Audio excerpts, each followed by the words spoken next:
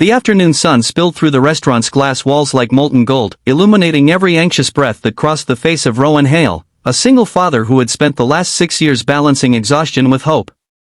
His fingers trembled as he counted the 3 worn bills in his wallet for the 10th time, $50, all the money he could spare for the blind date he had agreed to as a last attempt at proving to himself he was more than a tired mechanic who had forgotten how to be seen.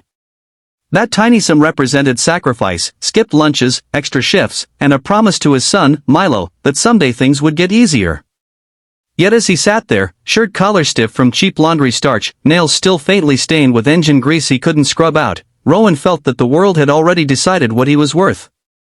Still, the universe had a habit of setting certain moments into motion long before a person understood them, and at a table across the room, a woman in a tailored pearl gray blazer, a woman the city knew only through headlines and power, was watching him with a quiet gaze that carried the weight of knowing exactly how it felt to start from nothing. If stories like this touch your heart, make sure to like, comment, share, and subscribe to Acts of Light, especially if you believe in kindness, second chances, and the unexpected ways people change lives. Rowan tried to steady his breathing as he checked the clock on his cracked phone screen. His blind date, Elise Caro, was already 15 minutes late.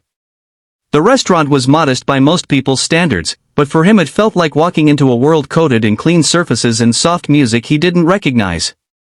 Every second made the room feel smaller, hotter, and brighter in the wrong ways. He had chosen a daytime lunch date because daytime felt honest, sunlight left nowhere to hide. If Elise arrived and saw him for who he truly was, he wanted her to see the version of him that still tried, even when life pinned him down. But the longer he waited, the more he sensed that this was just another moment designed to remind him that people like him rarely got chosen. Across the room, Casara Wynn, CEO of Wintech International and rumored to be a woman whose empire rose from a childhood spent in homeless shelters, sipped her sparkling water with slow, meticulous calm. She was waiting for an investor who was already half an hour late, and she could not help noticing the man at the corner table who kept running a nervous hand through his hair. Something about the strain on his face made her pause, an expression she remembered wearing long before boardrooms and helicopters became her normal. She watched him tuck his money deeper into his pocket as if trying to protect its dignity. Rowan's phone buzzed. His heart surged, only to plummet when he read the message. Elise apologized and said she had an emergency. He stared at the screen so long the brightness dimmed automatically. Something inside him collapsed quietly, folding inward on disappointment he didn't have the energy to fight. He wasn't angry, just painfully familiar with the feeling of being the last choice, the backup plan, the man women felt sorry for before they disappeared back into their worlds. He rose from the table slowly, aware that ordering nothing when the server had already filled his water felt humiliating. Still, he stood, placed his single crumpled bill as a tip for the server's time, and hoped that walking out without ordering wouldn't get him scolded. Before he could leave, the maitre d' approached him and gestured politely that there was a message waiting for him. Confused, Rowan followed him to the front desk, where a small silver envelope sat with his name written in elegant handwriting he didn't recognize. He opened it carefully, breath pausing when he read the words inside. It said that his meal today had already been paid for, and that he was welcome to stay and order anything he wished. The note wasn't signed. Rowan nearly returned the envelope, convinced it wasn't meant for him. But the maitre d', with a soft smile, assured him it was correct.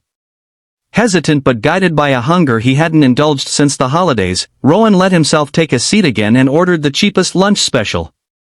When the plate arrived, grilled chicken, crisp vegetables, and soft bread, he felt a rush of gratitude so strong it made his eyes sting. He ate slowly, savoring every bite as though the food might vanish if he rushed. Casara watched the moment from afar, satisfied that her discreet intervention had gone smoothly. She hadn't intended to get involved at all, but something about the man's quiet disappointment had tugged at memories she rarely let surface. She remembered days when a single act of kindness had kept her from breaking, acts from strangers who never knew what they had done for her. She wasn't sure why she still carried those memories so sharply, perhaps because some wounds never fully closed, no matter how much success layered over them. As Rowan finished his meal, he pulled a small folded drawing from his jacket pocket.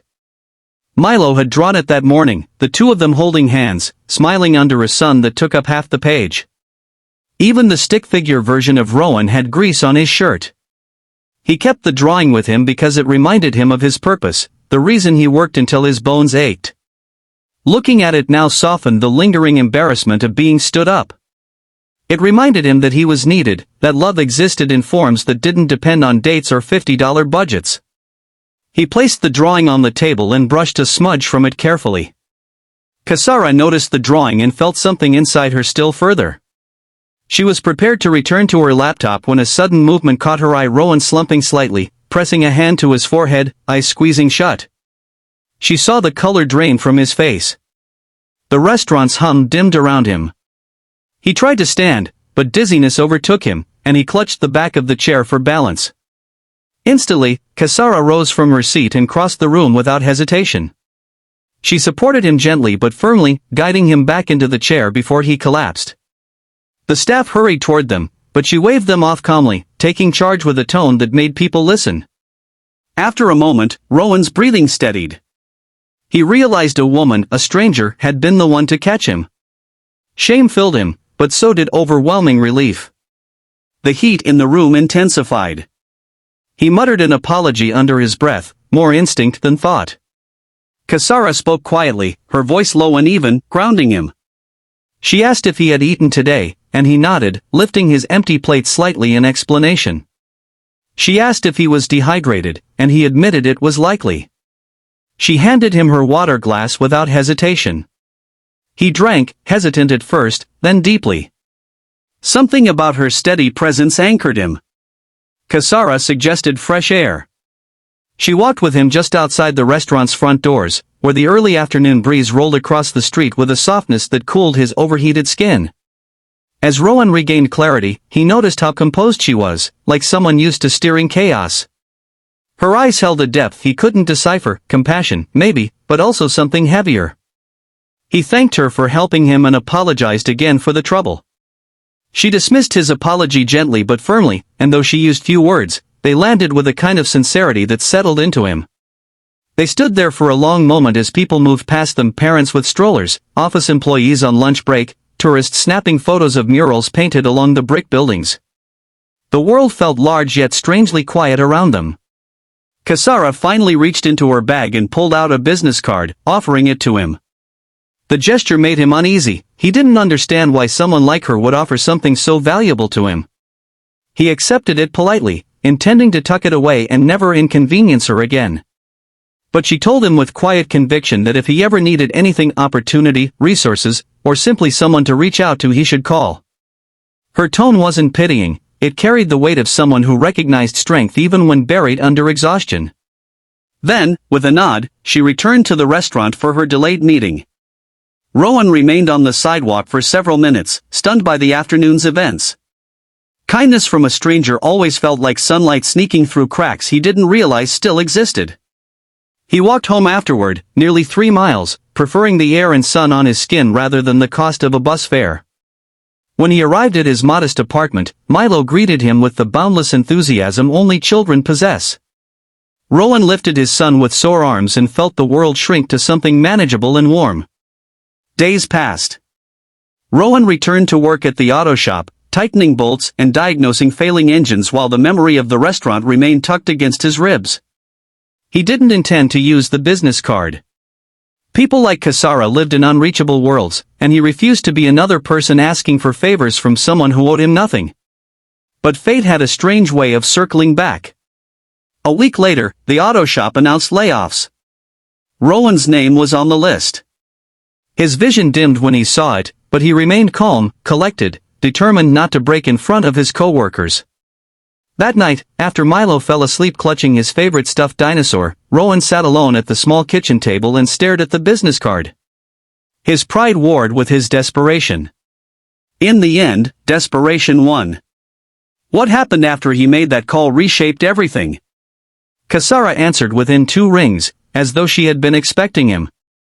She didn't ask him to explain himself, she simply told him to come to Wintech headquarters the next morning. Rowan arrived in his only clean shirt, nervous beyond measure. But Kasara didn't offer him charity, she offered him a job, a real opportunity. She had researched him, discovered his long track record of reliability, leadership, and mechanical skill. She told him that her company was launching a community-based mobility program and she needed someone who understood working-class lives from the inside. She told him his perspective mattered.